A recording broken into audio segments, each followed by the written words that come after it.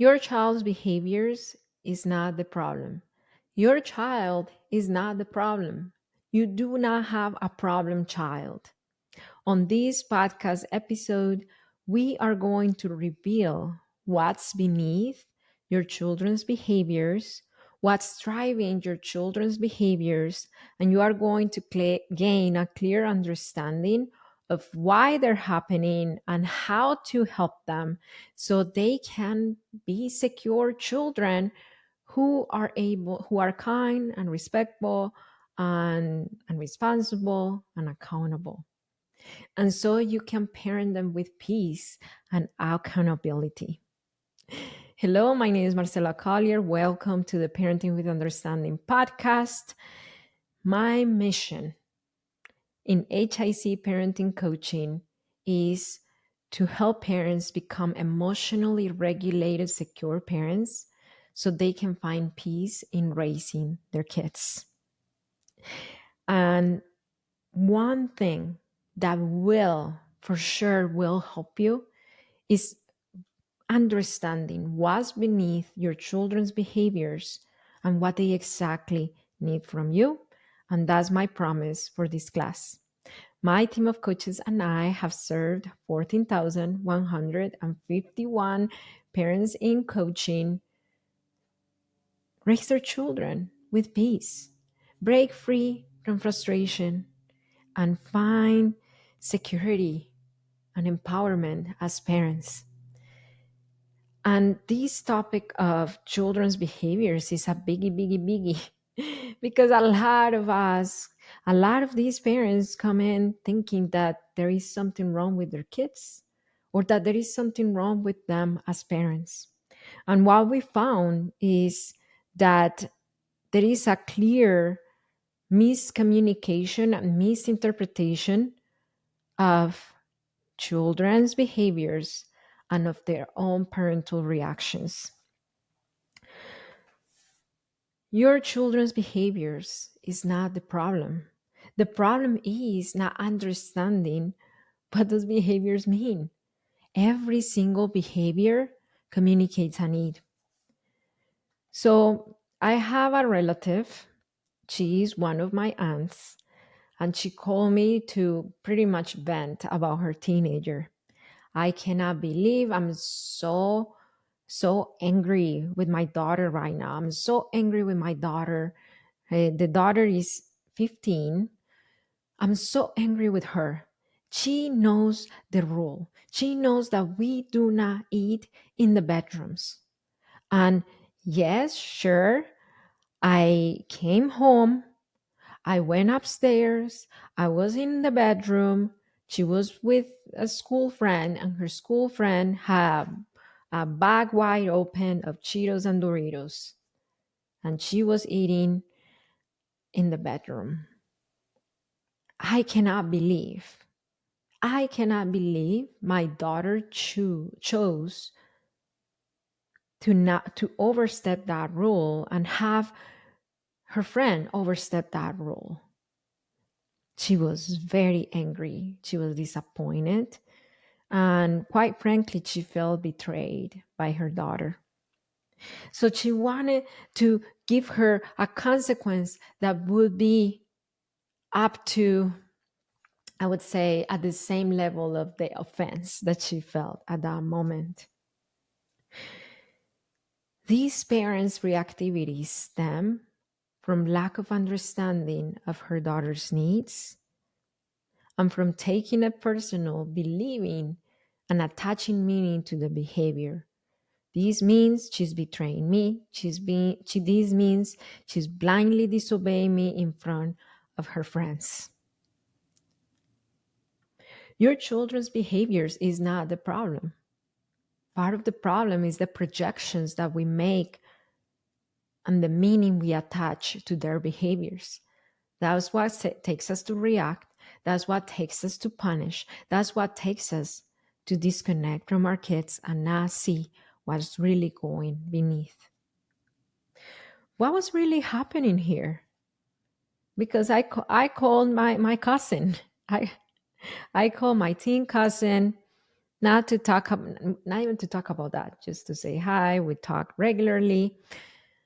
And then I kind of asked her casually, what happened that day? Your mom kind of told me that she was mad with you, just to find out with my curious tone, trying to find out what was happening, what was really going on. And then she said, I just didn't know how to handle it because it's my first week in that new school. She got to that school half mid-year through, so she didn't start with all the kids. And you know, when you don't start with all the kids in high school, you come as an outsider because all the little groups of friends are already established and you just come to find your place somewhere, right? And that girl was kind of like one of the only two who was giving her an open way to socialize. He was kind of the person who was taking the leadership to introduce her to the groups, to the other kids. So, what happened here? This teenager knew exactly what the rule was. She knew what the rule was and she was aware of it. And she wanted to follow the rule, but her fear of rejection, her fear of disapproval from the peer overrode her desire of keeping the rules and pleasing her mom. For her, meeting her social needs at school is a survival need. Because for teenagers, peer connection and peer acceptance is very high up in their value ladder, even higher up than being accepted by parents at that point when you are 16. So for her, it was very, very difficult to redirect her friend to not eat in the bedroom when the friend opened the Doritos and the Cheetos, etc. So she decided not to eat, but she didn't have the courage to tell her new friend that she couldn't eat because that would mean possible rejection and possible isolation at school, in that new school that she's trying to fit in. So, what happens? I wonder what would have happened to my aunt's psychology if she would have known the deeper underlying need and feeling her daughter was dealing with at that moment. I wonder if she still would have felt betrayed, if she would have still felt angry, and she would have still felt that her daughter was blindly disobeying her in front of her friends and disrespecting her. Basically, that's the two things she felt. She felt disrespected and betrayed, or she would just be more upset accepting of her daughter once she gained understanding of what was really going on inside of her. Your children's behaviors is not the problem. The problem is not seeing what's beneath those behaviors, which are the feelings and the needs. And these transfer to any behavior, to kicking, hitting, throwing, biting, routine stalling, sibling conflict, you name it, across ages. All behavior communicates needs.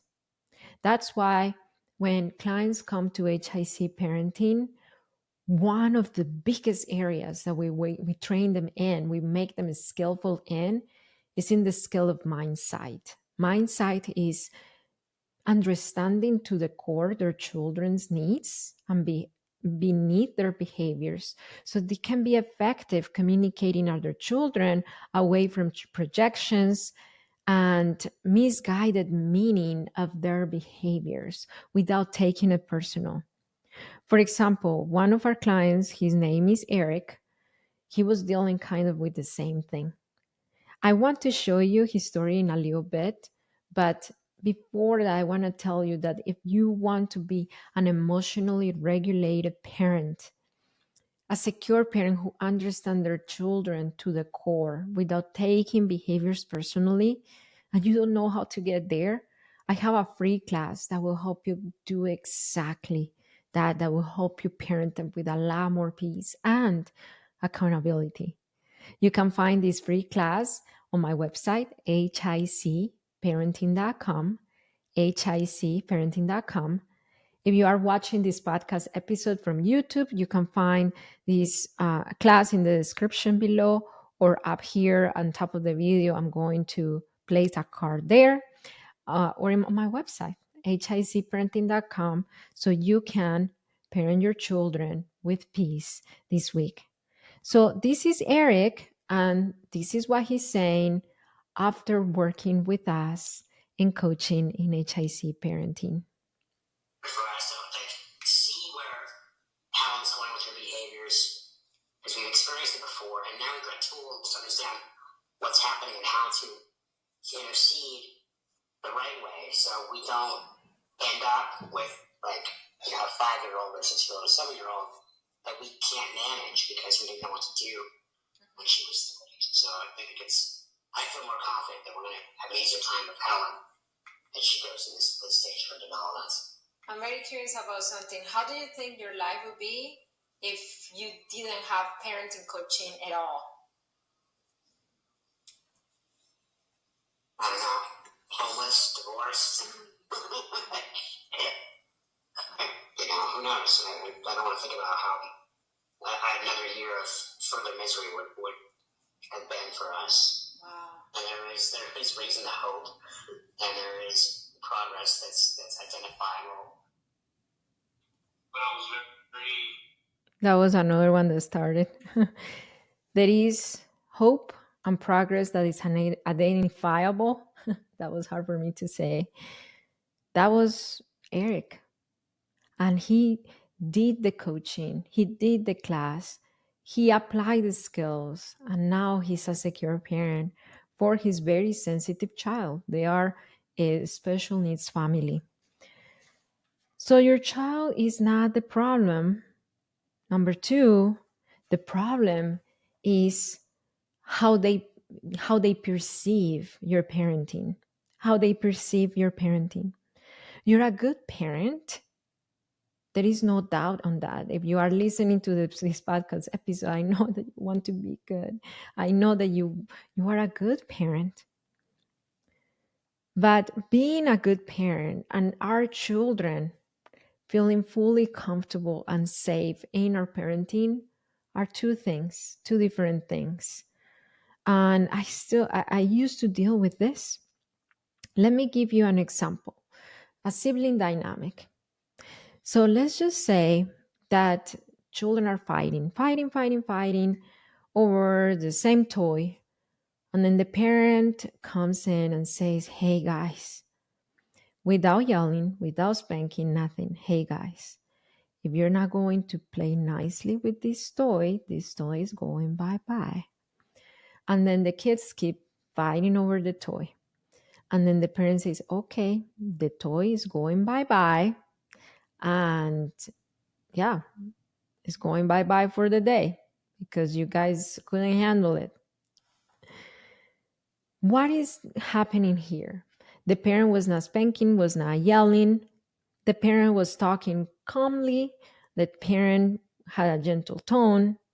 Yet the children saw a specific model behavior that will keep reinforcing their sibling conflict dynamic. What is the behavior? Let's place ourselves into these children's shoes.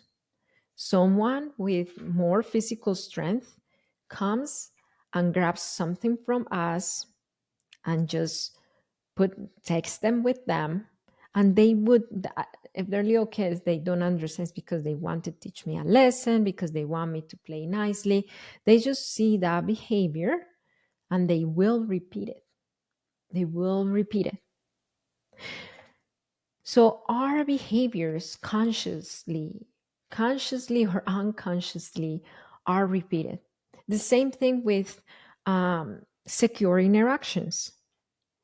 Let's just say that you are a secure parent and you learn how to help children through conflict, and then you see that very same conflict, and then you go and you help children translate to each other their needs, translate to each other what they're thinking they're going to do with the toy, involve them in problem solving, and then coming to a good agreement, or at least consoling the child who's not supposed to have the toy because it's still the other one's turn. They will learn how to interact that way with one another. All our interactions with our children are lessons they learn and they take with them to their sibling dynamic, to their peer dynamic at school, because they learn how to relate to others by how we relate to them. So our children's behavior is not the problem. Sometimes the problem is the behavior we are modeling for them. The behavior we are modeling for them. What is the behavior that you are modeling right now for the most part? What is the behavior that you're modeling right now? Let's just take a little assessment of the last week, the last 5 days. Overall, what's been the behavior that you've been modeling for your kids? If you are listening to this podcast episode on YouTube, type right now in the comments, leave it in the comments. What is the behavior that you've been modeling right now for your kids? So, your children are not the problem. Wait, what happened here? Your children are not the problem. The problem is lack of understanding of what's happening beneath our children's behaviors and lack of understanding of the behavior we want to model so they repeat it. If this podcast episode gave you an aha moment, if it showed you a clue of what you need to show up as a secure parent to your children, will you share it with a friend? Just share this podcast episode with a friend and tell them that it could help them as well become secure parents. Send it to WhatsApp, to DM it to them, to a text, show it to them if you're next to them. And remember that it only takes an understanding of our children's needs and of our own needs to raise secure children. I'll see you next time.